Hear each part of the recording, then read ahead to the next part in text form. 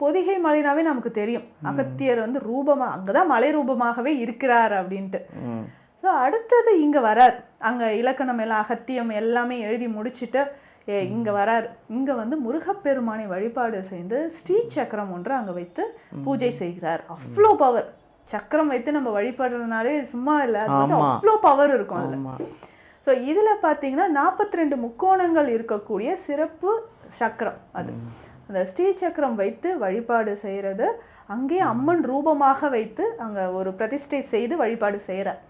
So இங்கே போயிட்டு இந்த ஸ்ரீசக்கர வழிபாடு நம்ம செய்யும் போதும் நமக்கு இருக்கக்கூடிய அனைத்து விதமான பிரச்சனைகளும் இங்கே தீருது அப்படின்னு சொல்கிறாங்க. அது மட்டும் இல்லாமல் அகத்தியர் மட்டும் இல்லை, இங்கே நிறைய சித்தர்கள் வந்து முருகப்பெருமானை வழிபாடு செஞ்சுட்டு போயிருக்காங்க. ஸோ சிவபாக்கியர் வந்திருக்காரு, போகர் சித்தர் இங்கே இருக்காரு, கஞ்சமலை சித்தர் இங்கே வந்திருக்காரு. ஸோ சித்தர்கள் பெரும்பாலும் வந்து இங்கே முருகனை வழிபாடு செஞ்ச ஒரு முக்கியமான ஒரு ஸ்தலம். இதனால தான் இங்கே போனாலே நம்ம உடல்ல இருக்கக்கூடிய பிணிகள் தீந்துரும், சில இடங்களுக்கு போனாலே நல்லது நடக்கும்னு சொல்லுவாங்க. அந்த மாதிரி ஒரு முக்கியமான ஒரு முருகர் ஸ்தலம் இது.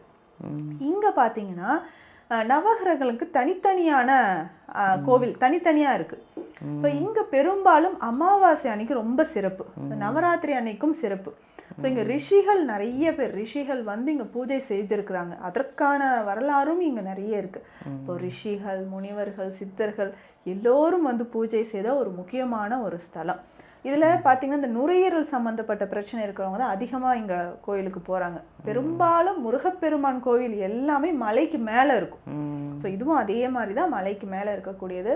ரொம்ப நாளாக எனக்கு நுரையீரல் பிரச்சனை, சுவாச பிரச்சனை, இது எல்லாமே நமக்கு குணமாகணும் அப்படின்னா மலை மேலே, ரொம்ப பெரிய மலையெல்லாம் கிடையாது, நம்ம நடந்தே போகலாம். பரவாயில்ல, நடந்தே போகலாம். ஸோ குன்று ஏறி போயிட்டு முருகப்பெருமானே நம்ம தரிசனம் செஞ்சுட்டு வரும்பொழுதே உடல்ல இருக்கக்கூடிய பிணிகள் நமக்கு தீருது.